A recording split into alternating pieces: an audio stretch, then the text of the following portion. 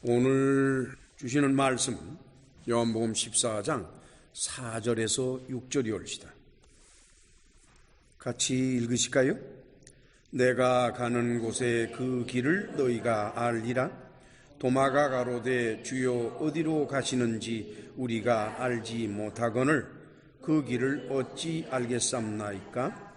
예수께서 가라사대 내가 곧 길이요 진리요 생명이니 나로 말미암지 않고는 아버지께로 올 자가 없느니라. 아멘. 오늘로써 요한복음 강해가 81회에 접어들었습니다. 저희가 교회 강단에서 전한 강해 설교 중에 가장 길었던 것이 마태복음 72회였습니다. 요한복음은 그 전체가 마태복음보다 분량이 적은 것입니다. 그럼에도 불구하고 한 3분의 2까지 왔나 싶은데 벌써 81회가 된다 하니까 참 여러 가지 생각이 많이 듭니다. 지난 79회 설교 시에 제가 여러분들에게 말씀드린 것이 있죠.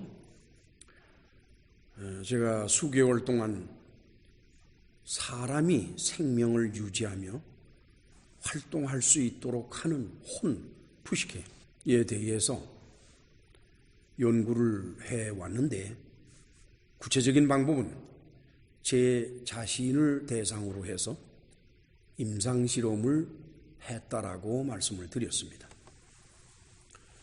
그 연구 결과를 1차적으로 79회 설교에서 여러분들에게 말씀을 드릴 때에 참고로 나누어 드린 도표가 있는데 그것은 손으로 스케치한 것입니다. 그것을 이용해서 1차적으로 설명을 해드렸고 그리고 그 다음 주에는 다시 보완해서 도표를 만들어냈는데 지난번 거는 손으로 스케치한 것이지만은 80회 설교에 여러분들께 논하드린 자료는 컴퓨터로 작성한 도표입니다. 그래서 그것을 추가적으로 설명을 해드렸죠. 그동안 전한 강해 설교들에서 이곳저곳 누차에 걸쳐 언급한 바가 있는데 그것은 인간이 태어날 때 기본적으로 두 가지 요소로 인간은 구성되어 있다라고 말씀을 드렸죠. 하나는 헬라어로 푸시케, 우리말로 굳이 번역을 한다면 혼이 되겠죠. 그리고 또 하나는 헬라어로 사르크스, 우리말로 굳이 번역을 한다 그러면 육체 또는 육 이렇게 될 것입니다. 그런데 푸시케는 우리 눈에 보이지가 않습니다. 수술을 해도 보이지가 않습니다. 그러나 사르크스는 보입니다. 물론 몸 안, 속을 볼 수 없다 하지만은 그러나 수술을 하고 해부하면은 그러면 얼마든지 볼 수 있는 게 몸이지요. 그런데 놀라운 사실은 모든 인간이 푸시케와 사르크스만 가지고 즉 혼과 육만 가지고 세상에 태어나서 살아가면서 모든 작품 활동도 할 수 있고 여러 가지 큰 일을 많이 할 수가 있어요. 또 선한 일도 할 수 있고 악한 일도 할 수가 있어요. 놀라운 사실은 그런 상태만 가지고는 하나님의 나라에 들어갈 수가 없다는 거예요. 자, 우리 고린도전서 15장 50절을 찾아가십시다. 284페이지 신약성경 고린도전서 15장 50절.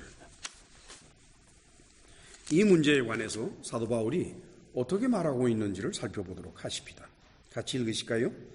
형제들아, 내가 이것을 말하노니 혈과 육은 하나님의 나라를 유업으로 받을 수 없고 또한 썩은 것은 썩지 아니한 것을 유업으로 받지 못하느니라. 여기에서 혈과 육 그러니까 살과 피인가 보다 이렇게 생각할 수가 있겠지요. 근데 이거는 인간의 구성에 대한 유대인의 이스라엘 민족이죠. 유대인의 그 사고 방식이 있어요. 그것을 모르면은 사도 바울이 왜 혈과 육이라고 했는지를 우리는 이해할 수가 없습니다. 유대인들은 전통적으로 푸시케가 혼이죠. 푸시케가 피에 들어있다고 생각을 해요. 피 속에. 그래서 피가 생명인 거예요. 푸시케가 생명이기 때문에 피가 생명이란 말이에요. 그래서 하나님께서는 피를 먹지 말라 그랬어요. 너희가 피를 먹으면 생명을 먹는 거니까 먹지 마라 이렇게 말씀을 하셨지요. 우리 다 같이 창세기 4장 10절을 찾아가 보실까요? 창세기 4장 10절 같이 읽으실까요? 가라사대 네가 무엇을 하였느냐? 내 아우의 핏소리가 땅에서부터 내게 호소하느니라. 아담의 아들이 둘인데 하나는 가인이고 하나는 아벨이다 하는 것은 이미 여러분들이 알고 계십니다. 그런데 어느 날 가인이 동생 아벨을 죽였죠. 근데 그때는 사람을 죽이는 것이 어떻게 해야 죽인다는 것을 모르는 때일이었기 때문에 그냥 무조건 두들겨 팼어요. 그냥. 그래서 아벨이 실컷 두들겨 맞고 그리고는 온몸의 피를 다 흘려내고 그리고 죽었어요.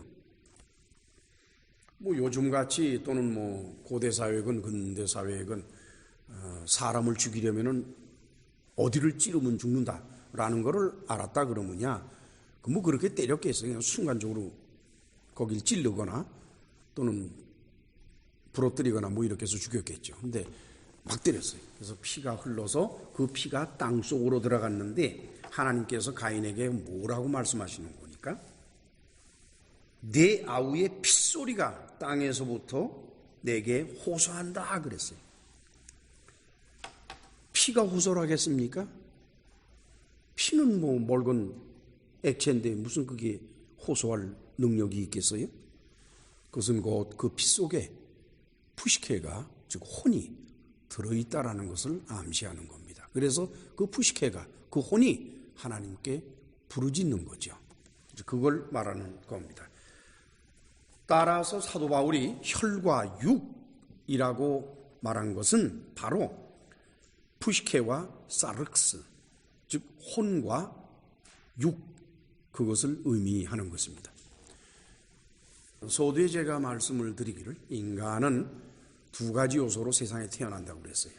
육체가 태어나고 또한 혼이 함께 태어나는데 이 혼과 육체, 육, 이 둘만 가지고는 바울의 논리에도 물론 그렇습니다만 예수께서도 그 말씀을 하셨습니다.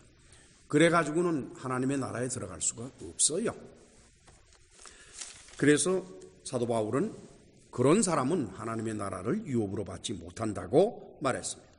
자, 그렇다면 하나님의 나라를 유업으로 받으려면 어떻게 해야 될까요? 우리는 다시 고린도전서 15장을 찾아갑니다. 거기 44절로부터 49절인데 우리 같이 읽어가실까요? 육의 몸으로 심고 신령한 몸으로 다시 사나니 육의 몸이 있은즉 또 신령한 몸이 있느니라. 기록된 바 첫사람 아담은 산영이 되었다 함과 같이 마지막 아담은 살려주는 영이 되었나니 그러나 먼저는 신령한 자가 아니요 육 있는 자요 그 다음에 신령한 자니라. 자, 여기 이제 뭐 신령하다 또는 첫 아담을 산 영이다 이렇게 표현한 모든 이 번역은 큰 착오가 있는 번역들입니다. 여기서 신령하다 그러는데 그것이 뭐 우리나라 말에 신령하다 그러면은요 조금 미티컬 그 신비로운 쪽을 표현할 때 신령하다 그래요. 여기는 그 뜻이 아닙니다. 영이라는 뜻이에요. 그러니까 신령한 사람 그럼 뭘 말하는 거니? 영이 있는 사람 또는 영으로 구성되어 있는 사람 그 뜻이지요. 그리고 여기에서 이제 첫사람 아담은 산 영이 되었다라고 우리말로 번역을 했는데 아니에요. 푸시켄 조산 그랬어요. 조산 그럼 살아있는 조산 살아있는 푸시켄 푸시케다 이게 혼이다 이게. 그래서 이거는 산 영으로 번역되어서는 안 되는 겁니다. 기록된 바 첫사람 아담은 산 혼이 되었고, 그다음에 마지막 아담은 살려주는 영이 되었다고 그랬는데 이거는 에스카토스 그러면 마지막, 그렇죠? 그럼 아담 에이스 푸뉴마 소포곤. 그래서 여기에는 푸뉴마가 나와요. 영이에요. 그래서 마지막 아담 곧 예수님입니다. 그분은 마지막 아담은 살려주는 영이 되었습니다. 그러나 먼저는 신령한 자냐가 아니요 육 있는 자요, 그 다음은 신령한 자라고 했을 때 이것도 마찬가지로 신령한 자가 아니라 영으로 되어 있는 자.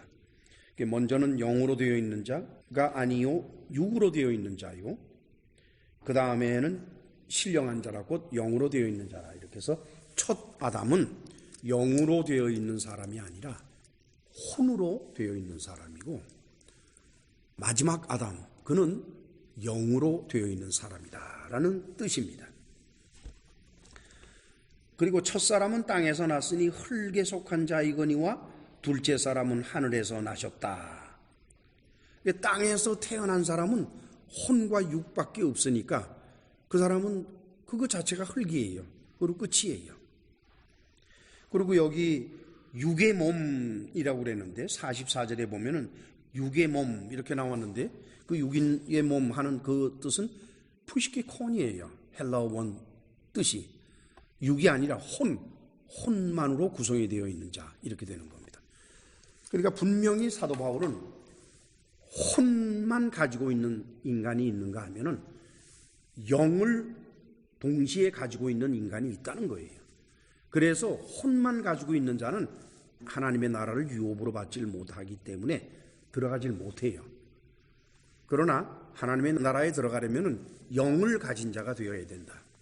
예수님처럼 그렇게 바울은 말하고 있습니다. 저는 신약 성경을 기록한 분들을 그 성향을 쭉 검토해 보면서 이 영에 관해서 정확히 아는 분이, 물론 이제 베드로도 영에 대해서는 언급을 하고 그럽니다만 사도 바울하고 사도 요한인 것 같아요. 그 외 분들은 영에 대해서 그렇게 깊이 그렇게 표현을 못 하더라고요. 뭐 안 했는지 못 했는지는 모르겠습니다만. 자, 그것을 예수께서는 뭐라고 말씀을 하셨을까? 우리 요한복음 3장 5절로 7절을 찾아가십시다. 같이 읽으실까요? 예수께서 대답하시되 진실로 진실로 내게 이르노니 사람이 물과 성령으로 나지 아니하면 하나님 나라에 들어갈 수 없느니라. 육으로 난 것은 육이요 성령으로 난 것은 영이니 내가 네게 거듭나야 타겠다 하는 말을 기이 여기지 말라 이랬어. 육으로 난 자는 육이다. ektesaurkos sarx. 육으로 난 자예요. 그러니까 육체에서 육체를 낳는 거죠. 그렇죠? 그러니까 모든 인간은 부모가 있어야 돼요. 부모의 육체로부터 그 아이가 세상에 태어나기 때문에 그는 육에서 나는 자들입니다. 그런가 하면 우리말 번역상에 성령으로 난 자라 그랬는데 그것은 엑토 푸뉴마 토스 푸뉴마 이래가지고 이거는 성령이 아니라 그냥 영이에요. 그래서 이거는 육으로 난 것은 육이요 영으로 난 것은 영이다 하는 뜻입니다. 근데 그렇게 하려면 어떻게 되느냐?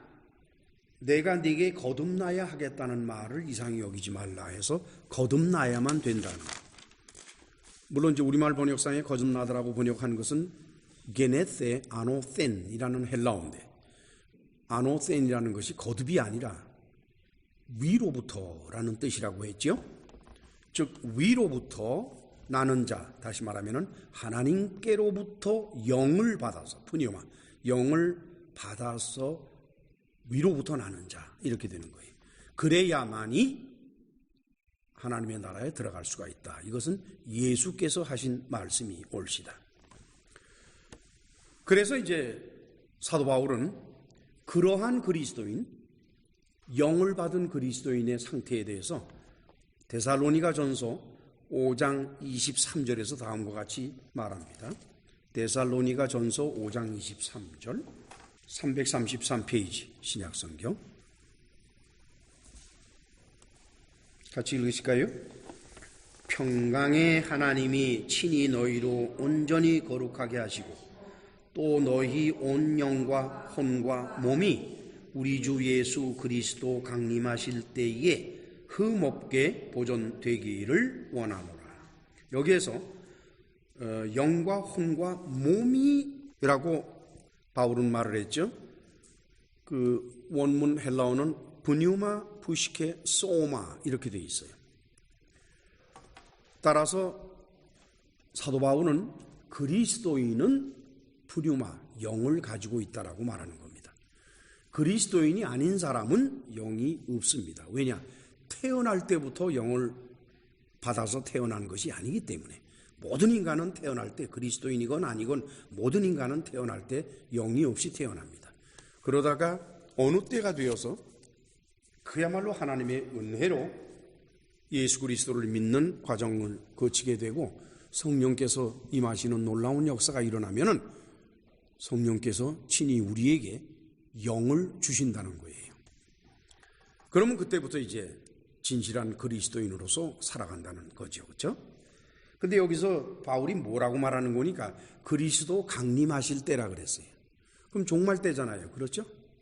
그럼 2000년 전에 죽은 사람은 어떻게 돼요?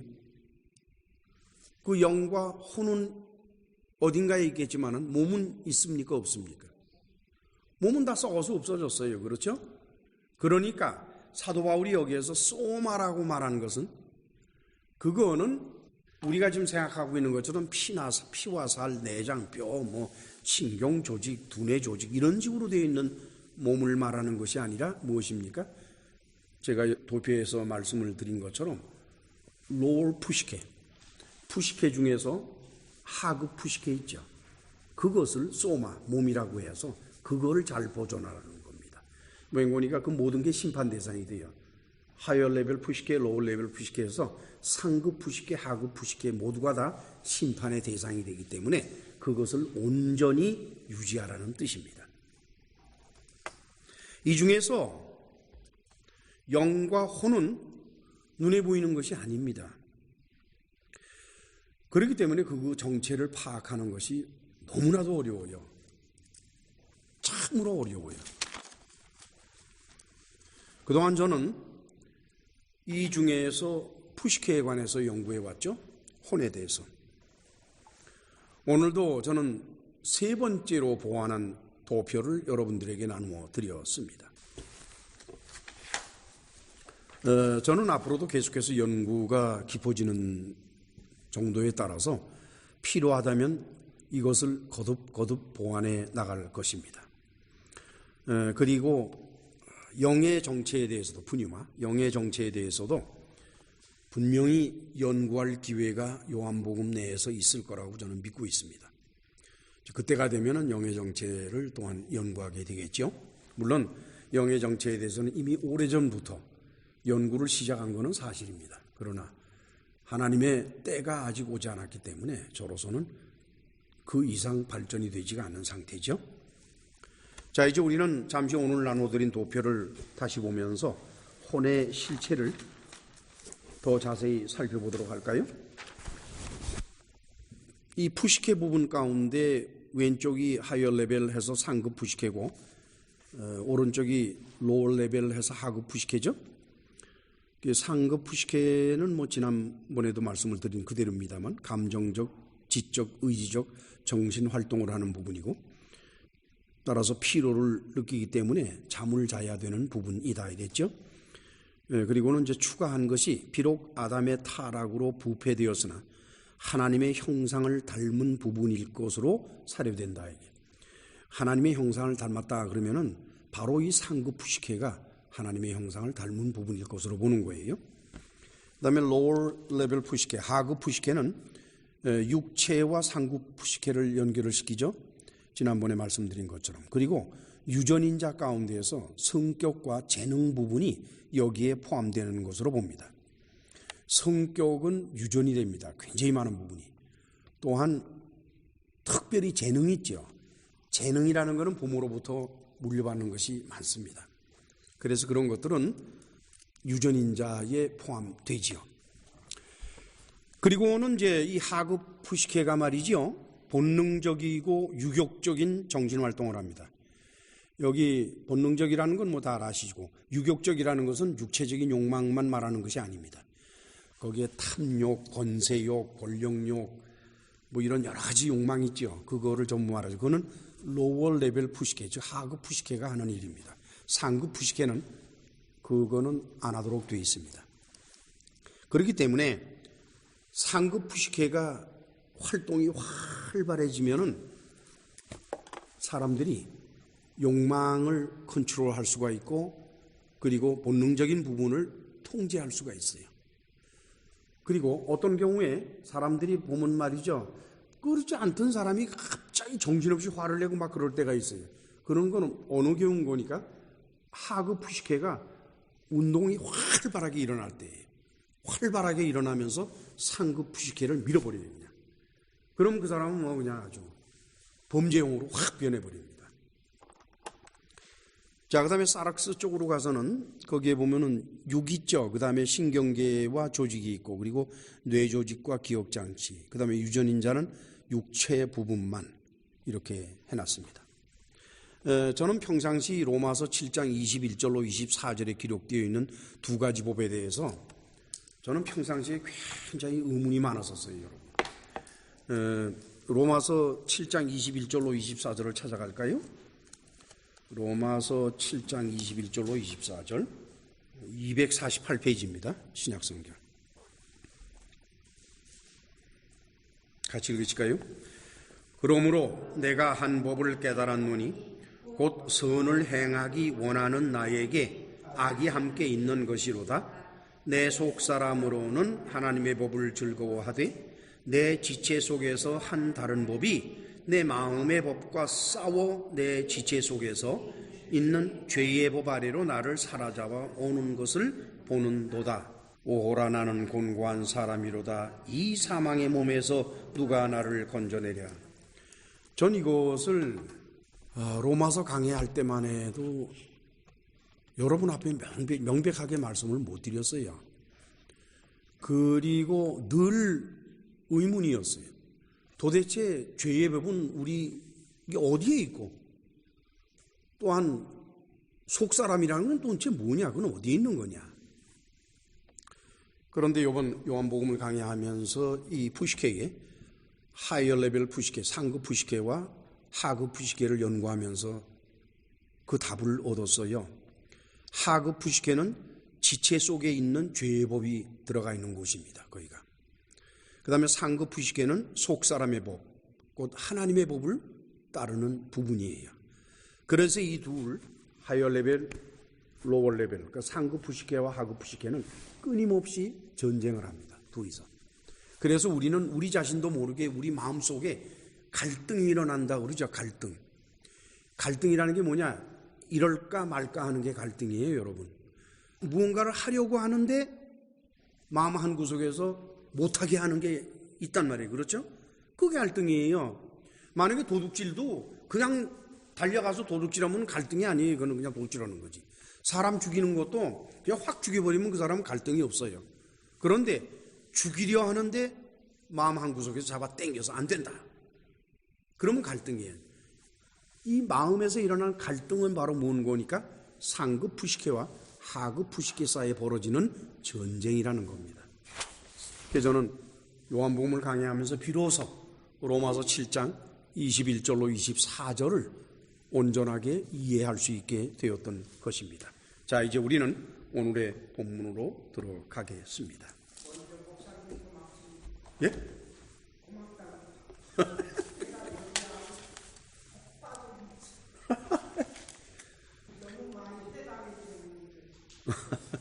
예, 알았습니다. 자, 이제 요한복음 14장 4절로 5절을 같이 읽으실까요? 내가 가는 곳에 그 길을 너희가 알리라. 도마가 가로되 주여 어디로 가시는지 우리가 알지 못하거늘 그 길을 어찌 알겠삼나이까. 예수께서 지금 뭐라고 그러는 거니까 내가 가는 곳이라고 말씀하셨어요. 호포우 에고 휘파하고 그 휘파고라고 하는 거는 가는 건데 반드시 방향을 정해놓고 가는 겁니다. 그냥 어느 지역에 있다가 그냥 휑하니 떠나버리는 거 있죠? 그걸 말하는 것이 아니에요. 떠나긴 떠나는데 갈 곳을 정해놓고 떠나는 것을 헬라어로 휘파고라 그래요. 그러니까 예수께서는 지금 가시는데 가시는 방향이 분명히 있는 거예요. 가시는 곳이 분명히 있는 거예요.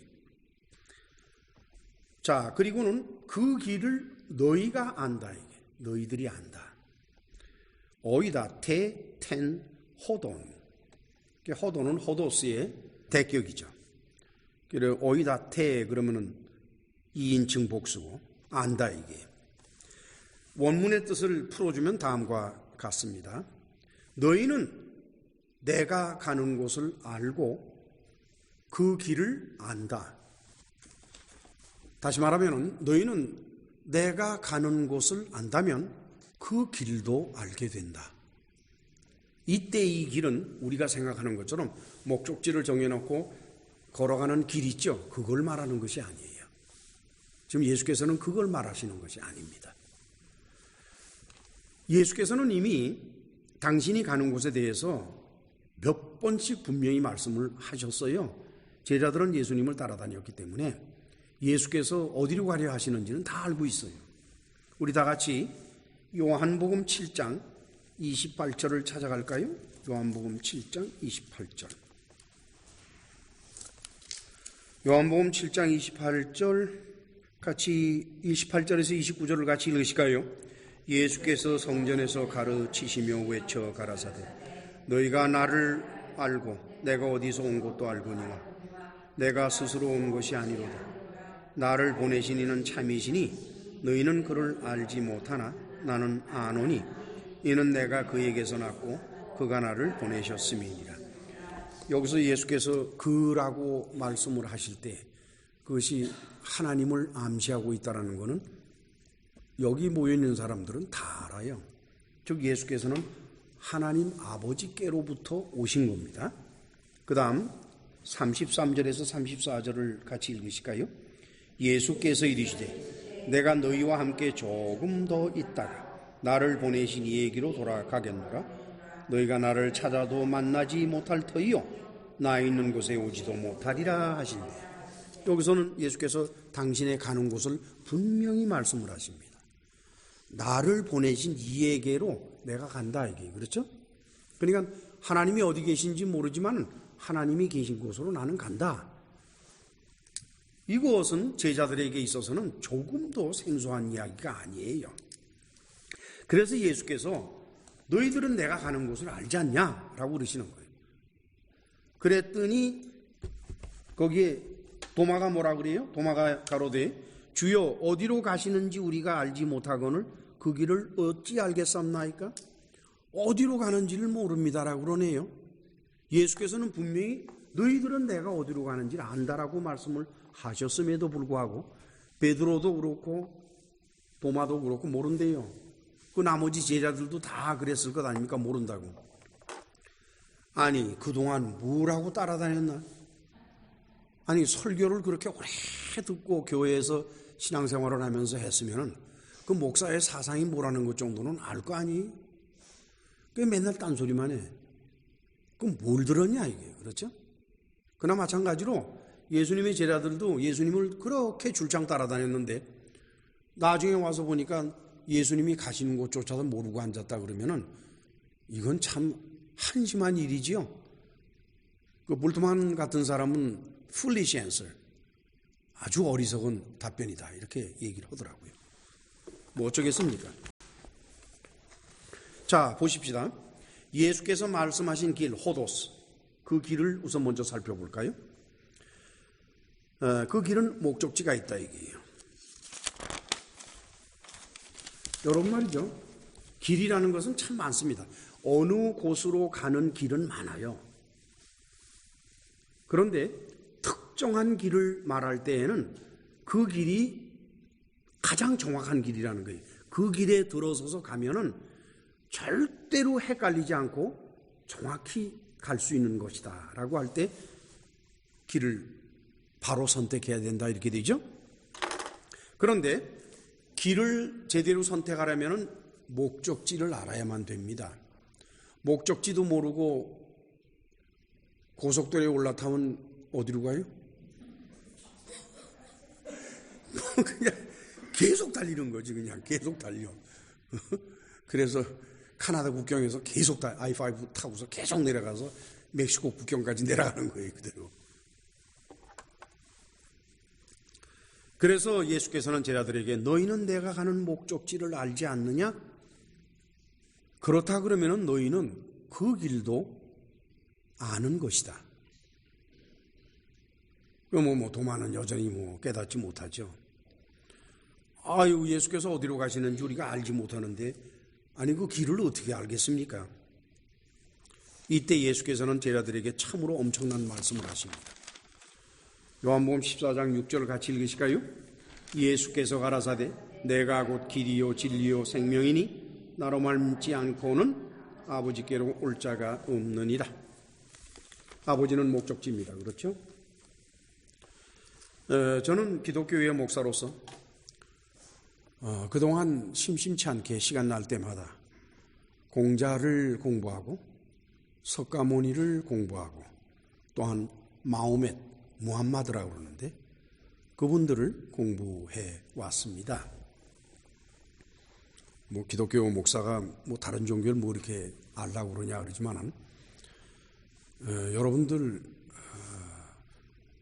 간과할 수 없는, 지나갈 수 없는 것은 뭔 거니까 불교와 회교, 이슬람교, 그 다음에 유교 사상,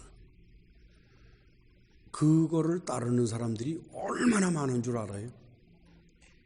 무지무지 많아요. 거기에는 분명히 이유가 있다는 거예요. 우리가 그 이유를 명백히 알지 못하면은 기독교인이 기독교를 지키질 못합니다. 그래서 많은 기독교인들이 지금 구라파에서는 무슬림으로 넘어가요. 지금 불란사 같은 나라는 전 인구의 3분의 1이 무슬림이래요. 지금 구라파는 정신없어요. 미국도 지금 무슬림으로 넘어가는 사람들이 기독교인 가운데서 엄청나게 많습니다. 한국이나 중국이나 그런 쪽에서는 불교 쪽이죠. 교회 다니는 사람들이 절간으로 많이 넘어간대요. 그들이 왜 넘어가느냐 이거예요. 몰라서 그래요. 몰라서. 불교가 무엇인지, 이슬람교가 무엇인지, 유교가 무엇인지 그걸 모르기 때문에 넘어가는 거예요. 그래서 기독교나 그거나 그냥 신에게 복 받으면 되는 거구나 해서 복 받을 생각에 여기 있으나 저기 있으나 복 받는 거는 별 차이가 없으니까 가는 거예요. 저는 공자의 가르침이나 또는 석가모니의 가르침이나 마호멧의 가르침을 물론 연구를 많이 했습니다마는 그보다도 오히려 저는 그들의 삶을 연구를 많이 했어요. 공자라는 분이 어떠한 인생을 살았는지, 그리고 석가모니라는 분이 어떠한 인생을 살았는지, 또 마호멧, 무함마드가 어떠한 인생을 살았는지, 저는 그것이 사실은 더 관심이 많았습니다. 사람의 사상이라는 것은 그 사람이 살아온 배경과 그 사람이 살아온 여건과 그 사람이 겪어온 모든 것들 안에서 가르침은 나오도록 되어 있기 때문에 가르침 자체보다도 오히려 그 가르침을 만들어낸 그들의 실체가 저는 아주 궁금했었죠. 세 사람 모두 다 보통 사람들이 따를 수 없는 위대한 삶을 살았던 분들입니다. 그리고 또 깊고 넓은 말씀을 제자들에게 남겨놓았어요. 그러나 그 세 분 중에서 어느 누구도 자기 제자들에게 내가 길이요, 내가 진리요, 내가 생명이다라는 말을 한 사람은 하나도 없어요. 그 말씀을 하신 분은 예수님밖에 없어요.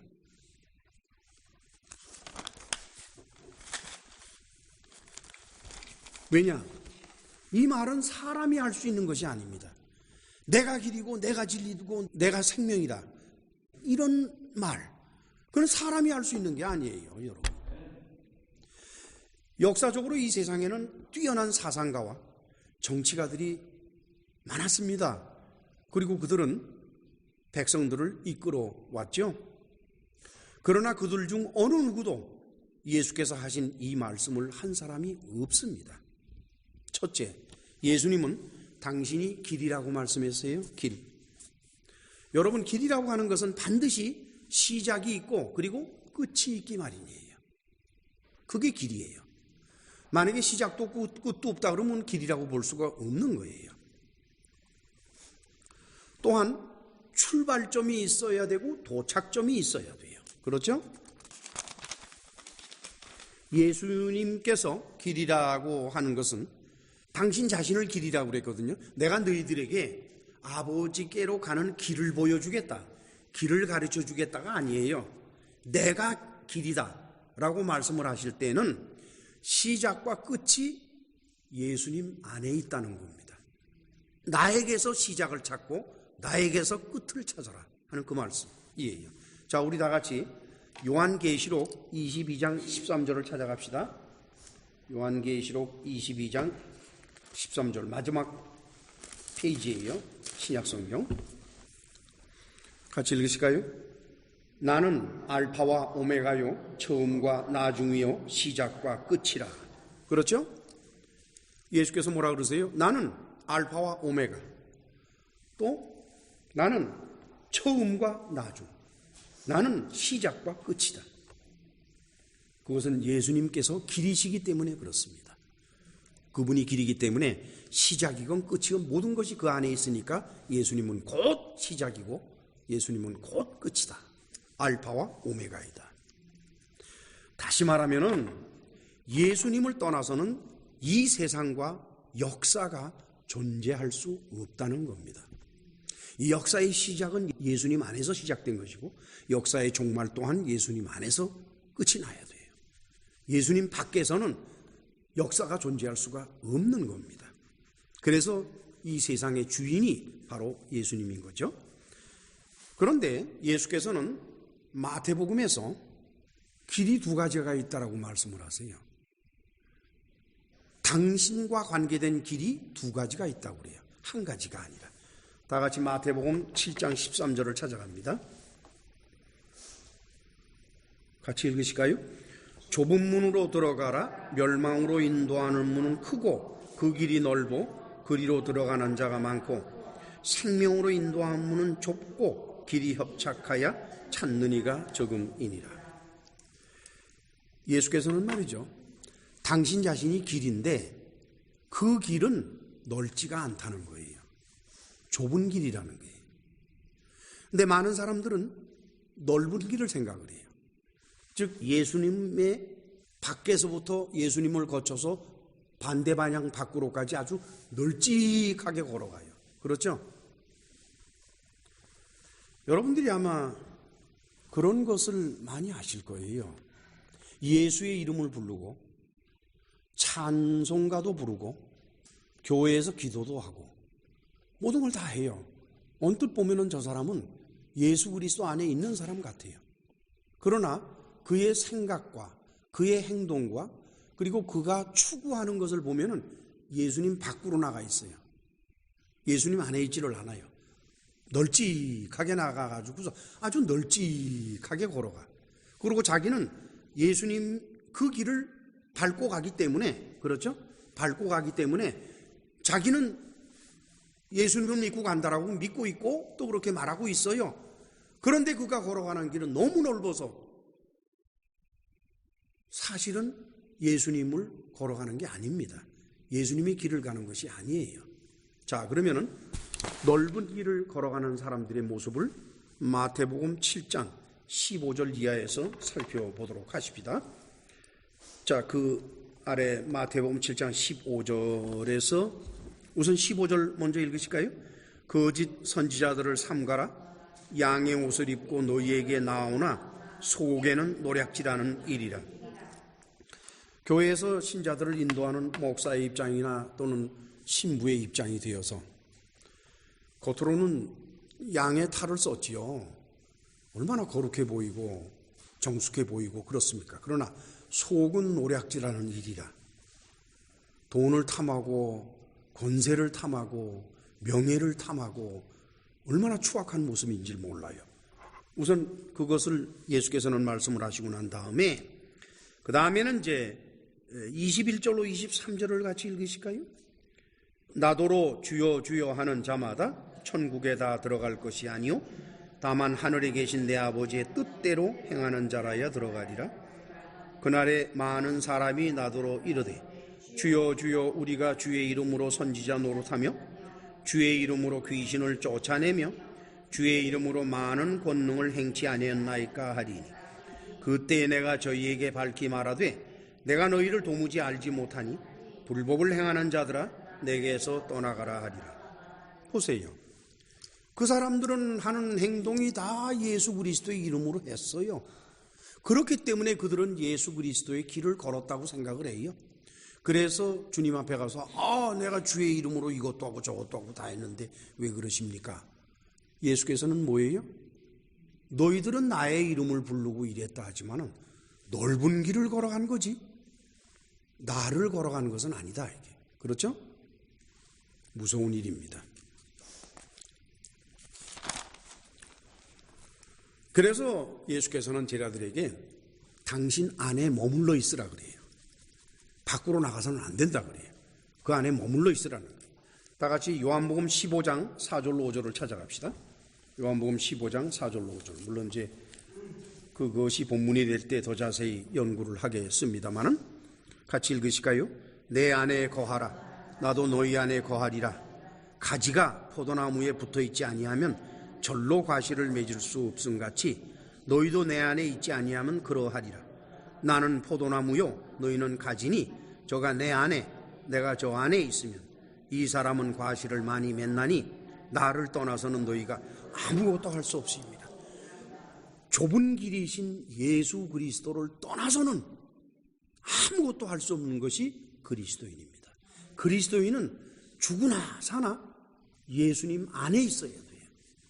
아무리 눈에 보이는 탐욕스러운 것이 많고 나를 꼬이는 기회도 많고 또 내가 하고 싶은 일도 많고 여러 가지가 있을지라도 그 모든 것을 쳐다보지 말고 오직 예수 그리스도만을 바라보고 그 안에 머물러 있는 사람만이 예수 그리스도라는 길을 걸어갈 수 있는 사람이다. 그 얘기입니다.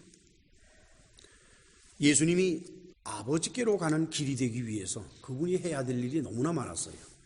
이 세상에 인간으로 오셔야만 됐고 또 이 세상에서 당신이 그리스도이신 것을 깨닫게 하도록 가르침을 주셔야만 했고 또한 기적을 행하고 등 해서 하나님의 아들이라는 표적을 보여줘야만 했습니다. 그것도 그 완악한 유대인들 앞에서. 그리고는 끝내는 나무 십자가에 못 박혀 죽으시고 부활하심으로써 온전히 아버지 하나님께로 가는 길이 되셨죠. 놀라운 일입니다. 자, 둘째, 예수께서는 당신을 진리라고 했어요. 진리. 저는 아주 이 대목에 와서 얼마나 힘이 들었는지 과연 진리라는 것이 무엇일까? 그래서 논어를 읽어봤어요. 논어를 쭉 읽으면서 이 속에 진리가 있을까 읽어봤어요. 다는 못 읽었습니다. 논어는 이제 논어하는 논하고 어의 그 뜻이 바로 뭔 거니까 논이라고 하는 것은 제자들과 논쟁을 벌리는 걸 논이라고 그러고 어라고 하는 것은 공자가 제자들에게 답변하는 것, 종합해서 답변하는 게 어입니다. 그래서 전부 합쳐서 논어라 이렇게 돼 있어요. 글쎄요, 유학자들은 제 이 말을 들으면 저 사람이 뭘 몰라서 저러지라고 얘기를 하겠죠. 저는 유학자들만큼 논어를 공부한 사람은 아닙니다, 솔직히. 그러나 제가 하나님을 아는 사람으로서 논어를 다시 한번 읽어보면서 깨닫는 것은 논어에는 진리가 있지가 않습니다. 논어는 삶의 도리가 있어요. 참으로 아름다운 삶의 도리가 있고 또 위대한 정치의 도리가 있습니다. 그리고 인간관계에 대한 삶의 도리가 가득히 들어가 있는 게 논어예요. 그러나 그것들은 삶에서 나온 것이지 하늘에서 내려온 게 아닙니다. 진리는 하늘에서 내려오는 겁니다. 땅에서 올라오는 것이 진리가 될 수가 없어요. 왜냐? 땅 자체가 진리가 아니고 세상 자체가 진리가 아니에요. 이거는 사라져 없어져 버릴 것입니다. 진리는 영원한 것입니다. 그래서 다시 한번 진리란 무엇일까? 그래서 헬라어 원문을 따라가 봤어요. 알레세이아. 이것은 이제 에메트, 히브리에서는 에메트라고 그러는데, 이걸 어원적으로 보면은요, non concealment라 그래가지고 뭘 말하는 거니? 숨겨져 있던 것을, 그러니까 concealed 된 거예요. 숨겨져 뒤집어 쌓여 있는 것을 그걸 벗겨 나가요. 벗겨 나가면은 조금씩 그 속에 실체가 보이지요. 그거를 알레세이아라고 해요. 그러니까 알레세이아라고 하는 건 숨겨진 것을 여는데 열려진 만큼만 보이는 거예요. 조금 열면 조금밖에 안 보일 것이고 많이 열면 많이 보일 것입니다. 그래서 그게 알레세이아예요. 그게 이제 그야말로 그 헬라어에서 성경 말고 그 그리스인들이 사용하는 알레세이아의 어원입니다. 그 말의 근원이 그렇게 되어 있어요. 결국 그 알레세이아에 대한 그 해석을 쭉 읽으면서 결론이 무엇으로 나뉘어지는 거니까, 알레세이아, 진리라고 하는 것은 하나님께만 있는 거라는 거예요. 인간에게는 진리가 없는 거예요. 즉 인간은 진리를 만들어낼 능력이 없는 겁니다. 따라서 예수께서는 하나님의 아들로서 알레세이아라는 말씀을 하시는데, 그것은 두 가지 의미를 가지고 있어요. 첫째 하나는 예수님은 진실만을 말씀한다는 거예요. 진실을. 예수님은 진실을 말씀하신다는 거예요. 두 번째는 예수님은 당신의 말씀 속에서 하나님을 나타내는 거예요. 왜? 알레세이아, 진리는 하나님이니까. 하나님이 예수님의 말씀 속에서 나타나는 거예요. expose 되는 거예요. 그걸 말하는 겁니다. 따라서 예수께서 당신 자신이 진리다, 나는 진리다 라고 말씀하는 건 뭘 의미해요? 나는 하나님이다 라는 뜻이 옳시다. 따라서 예수께서는 이 땅에 육신을 입고 오신 인카네이션 된 하나님이신 겁니다. 셋째, 예수께서는 당신이 생명이라고 하셨어요. 생명이다. 여러분, 첫사람 아담은 흙의 형상에 따라 창조되었었는데 처음 창조될 때 그에게는 생명이 없었어요. 온전한 인간의 모습을 가지고 있었지만은 내장도 다 뼈도 모든 게 다 있었지만은 그에게는 생명이 없었습니다. 이러한 아담에게 하나님께서는 당신의 숨을 숨을 주심으로써 아담이 생명을 갖도록 하셨어요. 우리 다 같이 창세기 2장 7절 찾아가죠. 같이 읽으실까요? 여호와 하나님이 흙으로 사람을 지으시고 생기를 그 코에 불어넣으시니 사람이 생명이 된지라. 여기에서 여호와 하나님이 흙으로 사람을 지으셨는데 생기라고 우리말로 생기라고 번역을 했는데 그는 생기가 아닙니다. 니쉐마타임. 그래서 그거는 생기가 아니라 살아있는 숨을 말하는 거예요. 하나님께서는 숨을 그에게 불어넣으신 겁니다. 아담의 코에다가 숨을 불어넣으셨어요. 하나님의 숨을. 그 하나님의 숨이 바로 생명이라는 거예요. 즉 생명은 하나님 안에 있는 것입니다. 인간은 하나님 안에 있는 생명을 받은 거예요. 그랬더니 사람이 생명이 되었다라고 했는데 이 생명이라고 번역한 것도 루아흐 하야가 아니라 네페시 하야입니다. 그러니까 생명이 아니라 살아있는 혼이다 이렇게 되는 거예요. 즉 하나님께서는 당신 안에 있는 생명을 아담에게 불어넣어 주심으로써 아담이 이제 비로소 생명을 가지고 살아가는 존재가 되도록 그렇게 해 주셨죠. 예수께서는 당신 자신이 생명이라고 그랬죠. 이와 같은 그 생명. 그 얘기는 뭡니까? 예수님은 하나님 안에 있는 생명 그 자체라는 거예요.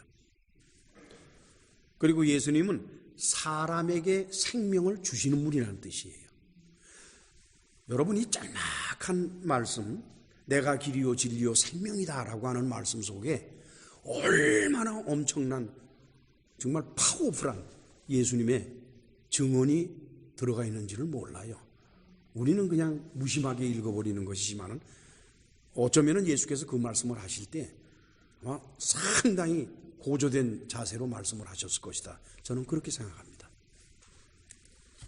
그러나 예수께서 생명이시다라고 하는 그것은 아담이 받은 생명과는 다른 겁니다.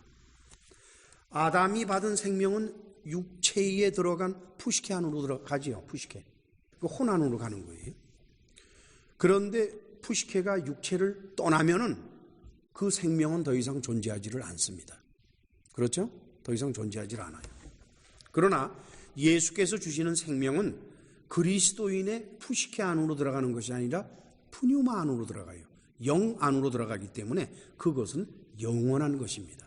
그래서 예수님은 그리스도인들에게 영원한 생명을 주시는 분이라는 거예요. 첫 아담이 받은 생명은 육체가 죽으면 떠나버리는 허망한 것이고, 마지막 아담 곧 예수 그리스도께서 주시는 생명은 영 속으로 들어오는 생명이기 때문에 영원한 것이다. 그렇기 때문에 예수께서는 오늘의 본문에서 아주 단호하게 말씀하세요. 나로 말미암지 않고는 아버지께로 올 자가 없다. 얼마나 단호해요. 요즘 기독교 교인들은 아멘 그럴지 몰라도 이 당시에 이 말씀을 하실 때 그때 유대인들이나 제자들이 아멘 했을 것 같아요, 여러분. 처음에도 제가 말씀을 드렸습니다만 이와 같은 말씀, 내가 길이요 진리요 생명이다. 나로 말미암지 않고는 아버지께로 올 자가 없다라고 하는 그것은 공자도 석가모니도 마음에도 하지 않은 것이옵시다. 왜? 그들은 아버지 하나님께로 가는 길도 아니고 진리도 아니고 또한 생명도 아니기 때문입니다.